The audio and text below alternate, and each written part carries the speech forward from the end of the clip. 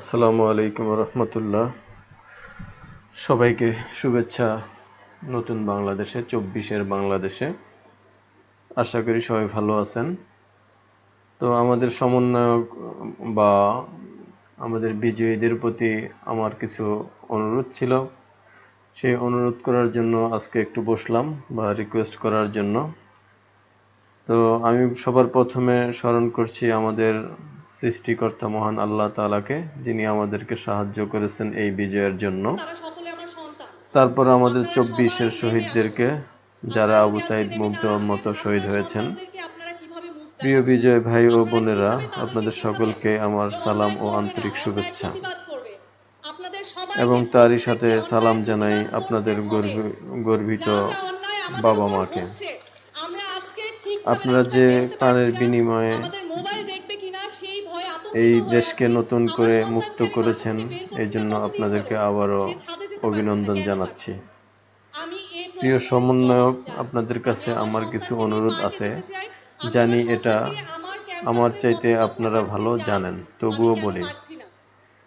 সবার প্রথমে সকল শহীদদের পরিবারকে ন্যূনতম 50 লাখ টাকা প্রদান করুন এবং তাদের নামে বিভিন্ন হল বা প্রতিষ্ঠানের নাম করুন, এবং যারা আহত হয়েছেন তাদের সুচিকিৎসার ব্যবস্থা করা এবং তাদের পরিবারকে একটা সম্মানী প্রদান করুন। যারা কারাবন্দী আছে ইতিমধ্যে তারা মুক্তি পেয়েছে, এটা আলহামদুলিল্লাহ। যে সকল ভাইরা আপনাদের সাথে সংগতি জানিয়ে বহির্বিশ্বে আন্দোলন করে পুলিশের কাছে আটক হয়েছেন, দয়া করে তাদের মুক্তির ব্যবস্থা করুন। তো বিষয়গুলি আমি জানি যে আপনারা আমার চাইতে ভালো জানেন, আপনাদের মাথায় আছে। তারপর যেহেতু আপনারা দীর্ঘ 6 দিন ডিবিও হেফাজতে বা ওইখানে ছিলেন, তো কিছু জিনিস হয়তো আপনাদের মিসিং হতে পারে। আমরা অনেকগুলি ভিডিও দেখার কারণে কিছু জিনিস হয়তো আমাদের নজরে আসছে, তাই আপনাদেরকে ভাবলাম একটু রিকোয়েস্ট করি, যদি আপনাদের এই ভিডিও দেখার সময় হয়, জানি না কতটুকু হবে। ছাত্র ভাইরা বা ছাত্রী ভাই বোনেরা ছাড়াও আমাদের অনেক সাধারণ জনগণ মারা গেছে, আপনারা হয়তো জানেন। এবং 5 তারিখ বিকেল বিজয়ের দিনও সন্ধ্যায় সময় এয়ারপোর্টে গোলাগুলি হয়েছিল, তো সেখানেও কিছু ভাই মারা গেছেন। তো আশা করি আপনারা এই ভিডিওগুলি দেখে সবাইকে স্মরণ করবেন এবং সবাইকে সহযোগিতা করবেন।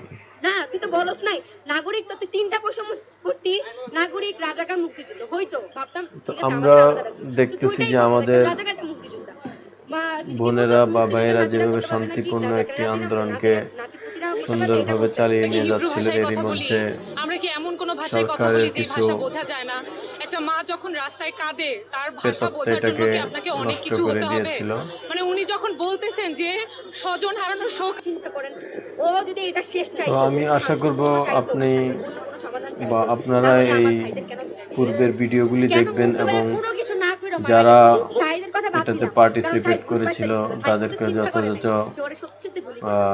মূল্যায়ন করার চেষ্টা করবেন, এবং এরই সাথে যারা আমাদের জানমালের ক্ষতি করেছে, আমাদের ছাত্রছাত্রীদেরকে ক্ষতি করেছে, হুমকি দিয়েছে, আপনি এই ভিডিওতে দেখতে পারতেছেন কিভাবে হুমকি দিচ্ছে মেয়েদেরকে। এবং তো এগুলির আশা করি কিছু কিছু মানুষের বিচার হওয়া উচিত, কারণ না হলে এগুলি আবার মিশে যাবে দেশে, মানুষের সাথে আবার যে কোনো একটা অপকর্ম করবে। তো আমাদের কিছু কিছু জিনিস আশা করি আপনারা এগুলি করবেন। এই যে একটা ঘটনা, এর চাইতে মর্মান্তিক ঘটনা কি হতে পারে? এই লোকটা, এই ছেলেটা এখনো জীবিত আছে, এই পর্যন্ত জীবিত ছিল। তো এগুলির জন্য আসলে খুবই দুঃখ হয়। তো আশা করি এগুলির বিচার করবেন ইনশাল্লাহ। তো বিজয় আমাদের আসছে, এটার জন্য আলহামদুলিল্লাহ। বাট বিজয়ের সাথে সাথে আশা করি আপনারা তাদেরকে একটু মনে রাখবেন, মূল্যায়ন করবেন। আমি জানি আপনারা সেটা করবেন, তারপরেও একটু ইচ্ছে করলো যে আপনাদেরকে বলি, আমিও একটু আপনাদের সাথে সম্পৃক্ত থাকি। আর হলো বিশেষ করে আমাদের ইতিমধ্যে আপনাদের যে সরকার গঠনের যে ব্যাপারটা, অন্তর্বর্তীকালীন সরকার, সেটা মোটামুটি চূড়ান্ত হয়ে গেছে।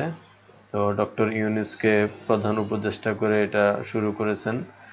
এটা খুবই ভালো উদ্যোগ, কারণ আমি পূর্বেও নিজে নিজে বা বিভিন্ন জনের সাথে কথা বলতাম যে আসলে একটা দেশ বা একটা রাষ্ট্র পরিচালনার জন্য অ্যাটলিস্ট তাকে গ্র্যাজুয়েশন বা পড়াশোনা ভালো জানতে হয়। সবচেয়ে ভালো হয় যারা অর্থনীতি নিয়ে পড়াশোনা করছে। তো অর্থনীতির চাকায় যদি সচল না থাকে, আপনি দেশে যত উন্নয়নই করেন সেটা কোনোভাবেই স্থিতিশীল রাখা যাবে না। তো যাক, এটা আপনাদের অনেক ভালো একটা উদ্যোগ বা একটা ভালো পছন্দ। এটার জন্য আপনাদেরকে আন্তরিকভাবে শুভেচ্ছা জানাচ্ছি। মোটামুটি যাদেরকেই এই কমিটিতে রাখা হয়েছে, মোটামুটি সবারই একটা ফেস ভ্যালু এবং সবার ভিতরে অতীতের ভিডিও বা অন্যান্যভাবে দেখে বুঝলাম যে তাদের ভিতরে সততা আছে। তো আমার আরেকটা অনুরোধ থাকবে যে সম্ভবত একজন আলেম যদি আপনারা এর সাথে অন্তর্ভুক্ত করতেন, তো হয়তো এই জিনিসটা আরো সুন্দর হতো বা আরো গঠনমূলক হইতো, এবং